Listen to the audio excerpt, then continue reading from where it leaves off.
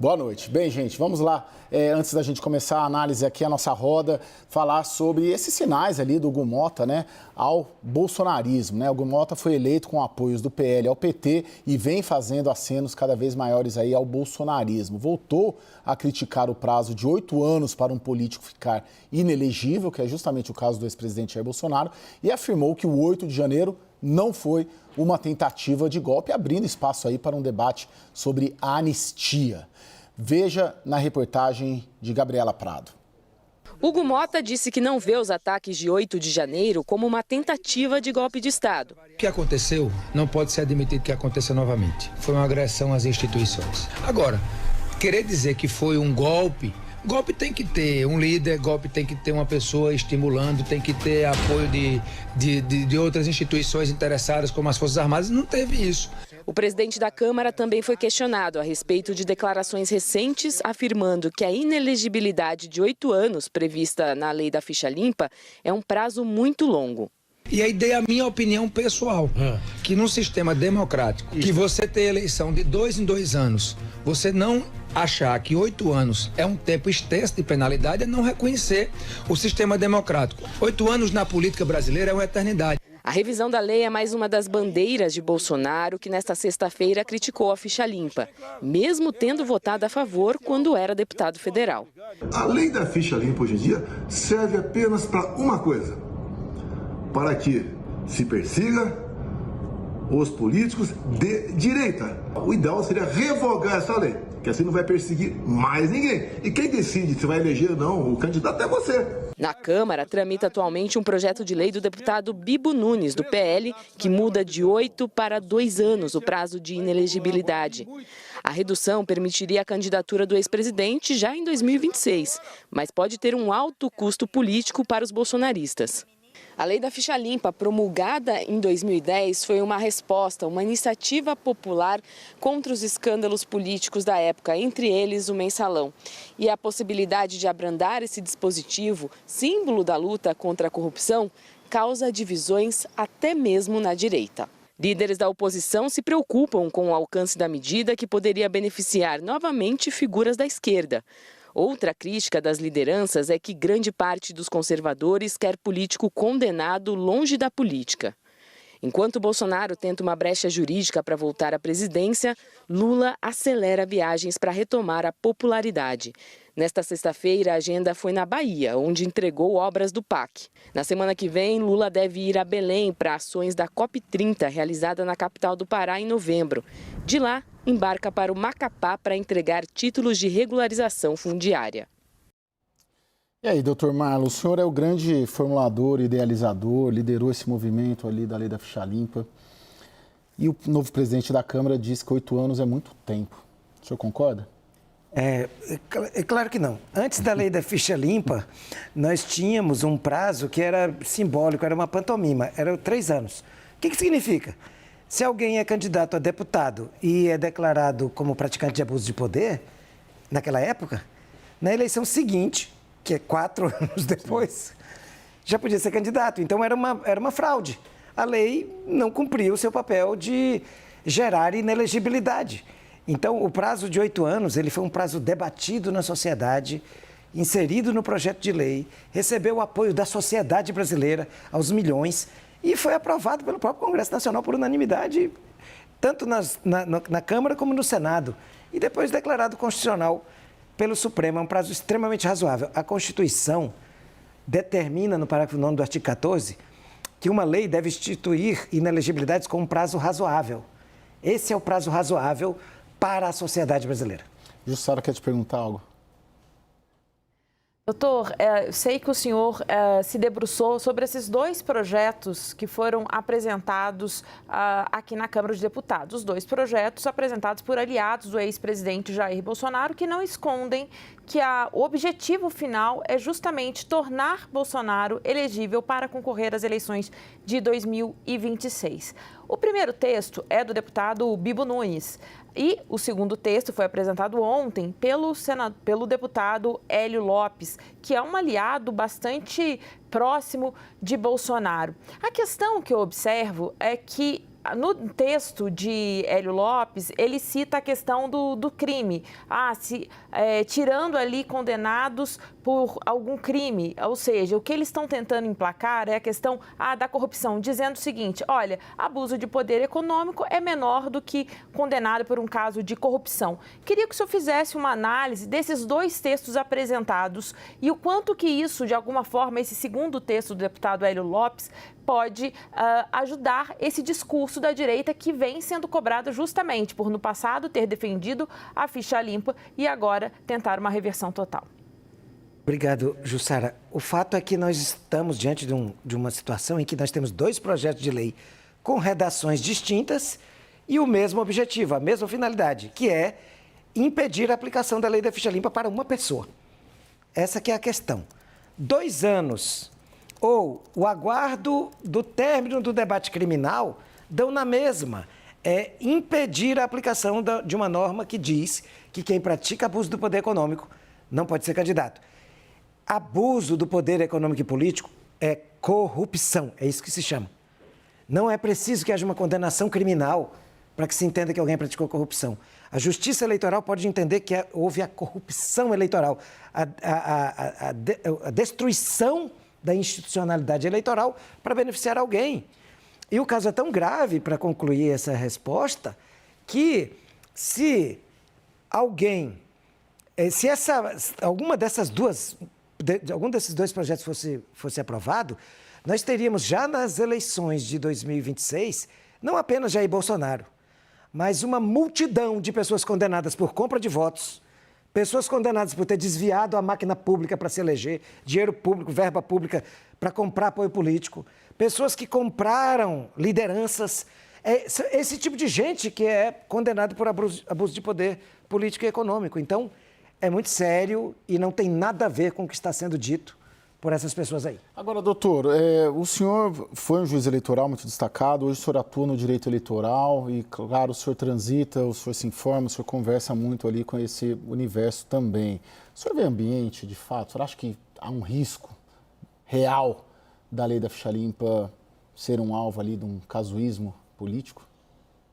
Primeiro, a sociedade tem que acompanhar muito de perto isso. Não dá para descansar. Mas eu acho que o cenário é muito desfavorável aos que estão tentando fazer isso. Primeiro, porque está muito claro o casuísmo. O casuísmo é tão sério que é para beneficiar uma pessoa que isso poderia ser objeto até de debate sobre a constitucionalidade da lei, caso passasse. Porque uma lei não pode ser feita para alterar a realidade institucional do Brasil para alguém poder fazer o que quer. Além disso, nós temos um aspecto que é técnico. A lei de inelegibilidades é uma lei de natureza complementar à Constituição. Isso significa que, para ser aprovada, ela precisa ter a maioria absoluta dos membros da Câmara e do Senado. Eu, sinceramente, acredito que a Câmara não faria isso, mas eu tenho certeza que o Senado não fará. Por quê? Porque o Senado é composto por muito menos pessoas que dependem da maioria dos votos do Estado e não de um nicho. Um deputado, às vezes, não está se preocupando com a opinião pública porque ele tem o nicho eleitoral dele que vai fazer com que ele volte ano que vem. Um senador da República, não. Esse tem que prestar contas com todo mundo igual um candidato a governador. Mas o senhor acha que um tema como esse, ele... Assim, a gente conhece a nossa política, como funcionam as coisas. O senhor acha que um tema como esse ainda contamina, eu digo positivamente até a sociedade, de alguma maneira, para que haja uma grande rejeição e uma grande campanha contra um casuísmo como esse? Eu tenho certeza que sim. E eu posso dar esse testemunho porque a gente tem lutado contra vários projetos sucessivos de alteração da lei da ficha limpa desde que foi aprovada. A primeira coisa que tentaram fazer foi que ela fosse declarada inconstitucional. Mas depois disso foram muitos projetos de lei. Até no ano passado. No ano passado, a Câmara havia aprovado por quase unanimidade um projeto contra a lei da ficha limpa e o Senado não votou. Por quê? Porque a sociedade se pronunciou. Houve um recuo. O relator, o senador Everton Rocha, chegou a declarar no plenário do Senado que tinha certeza de que passaria porque havia conversado com as diversas alas. Mas quando foi para a votação, que a sociedade falou, ele se deparou com senadores de todos os partidos dizendo que não votaria naquilo. Sim. Então, isso continua vivo, porque a lei da ficha limpa é uma marca brasileira, que eu tenho orgulho de dizer que eu representei em vários países do mundo, que gerou um bom olhar para o Brasil e continua gerando nesse aspecto. É uma lei exemplar e que conta, sim, e continua contando com amplo respaldo popular. Jussara? Doutor, digamos que seja aprovada essa lei aí que muda a ficha limpa. Como que o senhor acha que isso vai cair lá no Supremo Tribunal Federal? Os ministros, né, uma decisão do Supremo Tribunal Federal pode impedir a aplicação caso essa lei, diminuindo o prazo de 8 para 2 anos de inelegibilidade. Como que o senhor avalia que os ministros atuariam, o STF atuaria nessa questão? Só fazendo um adendo aqui, que em outros casos o STF já abriu precedente dizendo que vale a retroatividade. Como que o senhor avalia essa questão? Bom, eu vou começar pelo final. Sim, a retroatividade, essa aplicação a fatos pretéritos, o Supremo chegou a tratar isso como uma figura jurídica chamada retrospectividade, era uma característica das leis de inelegibilidade. Se for diminuído o prazo, realmente beneficia quem quer que seja, que esteja relacionado a fatos pretéritos, a fatos passados. É o princípio do direito penal, inclusive, né? No caso, no direito penal, um fato, se ele acontece na vigência de uma lei nova, ele gera punição após essa lei. Já na inelegibilidade, ao contrário. Ela, na medida que vai mudando, ela vai afastando a inelegibilidade ou atraindo a inelegibilidade para fatos do passado. Então, eles estão tentando realmente liberar o ex-presidente Jair Bolsonaro com todo o custo político e jurídico que isso tem. Mas a questão é que no Supremo nós temos certeza de que tem 3 pilares para uma declaração de inconstitucionalidade de uma lei dessa natureza. Primeiro, a falta de razoabilidade do prazo, porque a Constituição exige que a inelegibilidade ela tenha um prazo razoável. Está escrito na própria Constituição, no parágrafo 9 do artigo 14. Segundo, o casuísmo, que mencionamos há pouco. A falta de abstratividade, o fato de ser dirigido para beneficiar uma pessoa, isso torna também uma lei inconstitucional por abuso do poder legislativo. E terceiro, é o princípio da vedação de retrocesso em matéria de direitos fundamentais. A lei da ficha limpa é um direito fundamental da sociedade brasileira. Sim. O direito de ter um registro de candidatura que leve em conta os aspectos da vida pregressa do candidato. Sim. Então, disso não se pode abrir mão. Doutor, agora, vendo o vídeo do Bolsonaro, eu fiquei ali com uma questão que ele tem um ponto, vamos dizer assim.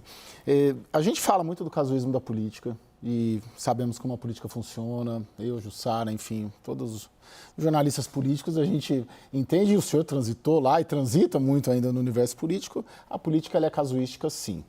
E ele coloca um ponto importante, na verdade 2, e eu queria te ouvir sobre isso, é a tese que ele coloca do casuísmo do judiciário em determinadas situações jurídicas e políticas, que, na visão dele, beneficiaram a esquerda. Para concluir a tese, eu acho que a conclusão dele, ela é disforme, mas a tese, a premissa, ela faz algum sentido. Dilma Rousseff perdeu, foi cassada, e houve ali uma gambiarra, né? Na época era o Ricardo Lewandowski, hoje ministro do Lula, presidindo a sessão, para que ela não perdesse os direitos políticos. E o caso do Lula também numa mudança de entendimento jurídico no Supremo Tribunal Federal, que acabou beneficiando a questão da prisão em segunda instância.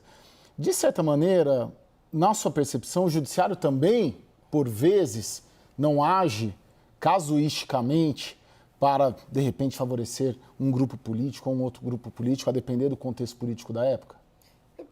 Se você me permitir, Caio, eu não vou entrar exatamente no mérito, mas eu vou responder diretamente ao que disse Jair Bolsonaro. Caso Dilma Rousseff, nada tem a ver com a lei da ficha limpa. A lei da ficha limpa não trata de caso de impeachment. É a Constituição que trata. Houve uma interpretação sobre a Constituição. Não tem a ver com a lei da ficha limpa. Esqueçam Jair Bolsonaro, esqueça o caso de Dilma Rousseff quando tratar da lei da ficha limpa, porque não fala de impeachment na lei da ficha limpa. Segundo caso, Jair Bolsonaro foi eleito em 2018 porque Luiz Inácio Lula da Silva foi declarado inelegível com base na lei da ficha limpa. Sim. Então a lei está protegendo esquerda ou direita? É uma lei, é algo abstrato. Quem quer que seja da esquerda ou da direita que caia nos fatores que foram considerados pela sociedade brasileira como inibidores de um registro de candidatura, ficará inelegível. A Jussara pediu a palavra aí. Não, eu queria que o senhor comentasse sobre o prazo que eles estão dando. Eles querem diminuir de 8 para 2 anos. E aí, mais cedo, eu estava conversando com o senhor, e aí o senhor me explicou essa questão. O quanto que isso pode, quer dizer, não vai ter eficácia porque de uma eleição para outra a pessoa pode estar reabilitada. Queria que o senhor fizesse uma avaliação, detalhasse isso e também a diferenciação entre quando eles dizem que precisa uma condenação criminal. O que eu queria que o senhor explicasse isso, detalhasse isso aqui para a gente. É fantástico, realmente isso precisa ficar bem claro, porque quem está acompanhando, quem lê os projetos de lei, que está acompanhando o noticiário, fica na dúvida. O que se está querendo exatamente com isso do ponto de vista técnico? Jussara, em relação a essa questão dos 2 anos, veja bem, a lei eleitoral estabelece que o prazo de 2 anos é contado a partir da data da eleição. Se na eleição seguinte, o domingo seguinte, não for 2 anos, dentro desses 2 anos, essa pessoa já pode ser candidata 2 anos depois. Isso acontece, em regra, a cada eleição municipal, por exemplo, você tem isso. Porque, às vezes, a Constituição fala que a eleição no primeiro turno é no primeiro domingo, então, e o segundo turno no segundo. Então, tecnicamente, é uma não vedação a nada. Você é declarado inelegível agora, candidato a deputado, e pode ser candidato a prefeito 2 anos depois. É uma maneira de revogar o dispositivo. Com relação ao projeto do deputado Hélio Lopes, ele quer exigir que haja uma condenação criminal pelo mesmo fato. Ora, mas se já existisse uma condenação criminal, para que condenação por abuso de poder? Porque já havia inelegibilidade pela condenação criminal. Então, o que ele realmente está querendo? Ele está querendo que se tenha que aguardar o trâmite de uma ação penal que é totalmente diferente de uma ação eleitoral. Enquanto a justiça decide rapidamente os processos, a justiça criminal, por uma natureza até da lógica do direito penal, ela tem que guardar muitos anos porque tem muitos recursos. É o direito à ampla defesa. Então, o mandato já acabou quando aconteceu isso. Sim. Um processo criminal nunca se termina dentro de um mandato. Então, são 2 projetos com redações distintas que ambos têm a mesma qualidade e característica: impedir a aplicação da lei da ficha limpa e só num ponto, aquele que atingiu o presidente Jair Bolsonaro. Jussara, bem brevemente, porque nosso tempo está acabando, qual que é a sua percepção? Tem chance de passar?